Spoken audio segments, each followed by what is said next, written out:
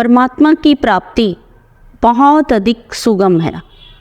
इससे सुगम, परमात्मा प्राप्ति से सुगम और अन्य कोई काम नहीं है। भगवान की प्राप्ति बहुत अधिक सुगम है। इसमें हमें केवल परमात्मा को ही चाहना है और किसी वस्तु की इच्छा रखनी ही नहीं है।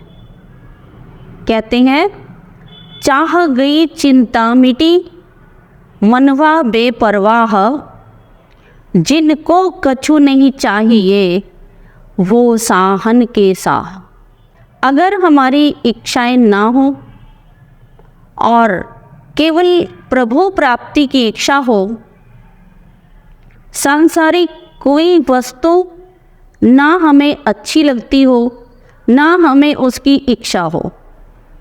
क्योंकि कोई भी वस्तु यदि हमें अच्छी लगती है तभी उसकी प्राप्ति के लिए इच्छा होती है और फिर हम उसको पाने के लिए प्रयत्न करते हैं।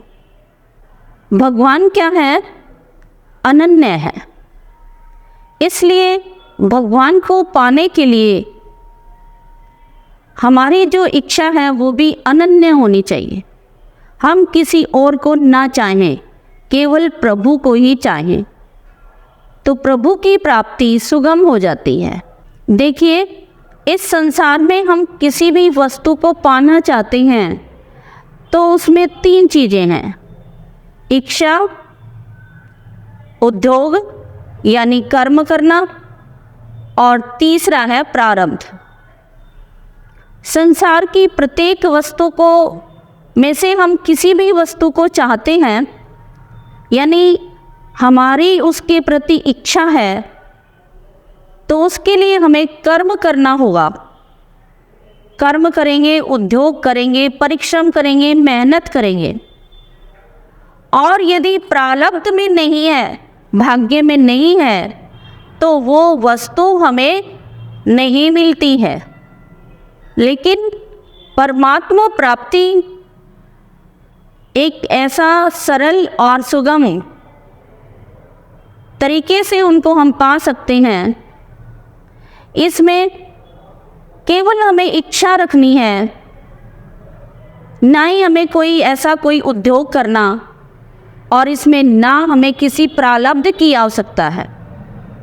सांसारिक वस्तु को पाने के लिए हमें मेहनत करनी पड़ती है और मेहनत करके भी हमें कई बार घाटा लगता है।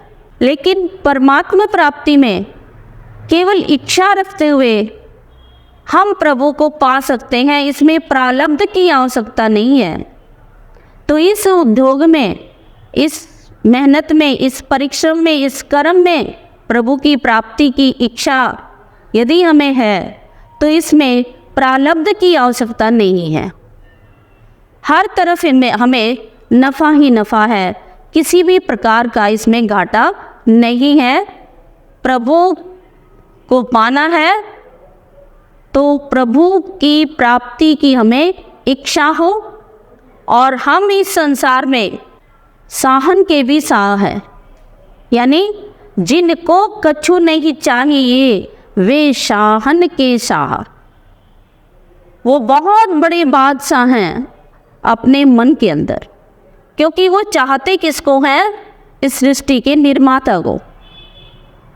तो ऐसी ही इच्छा हम यदि प्रभु प्राप्ति की इच्छा रखते हैं तो ऐसी ही इच्छा बना के रखें।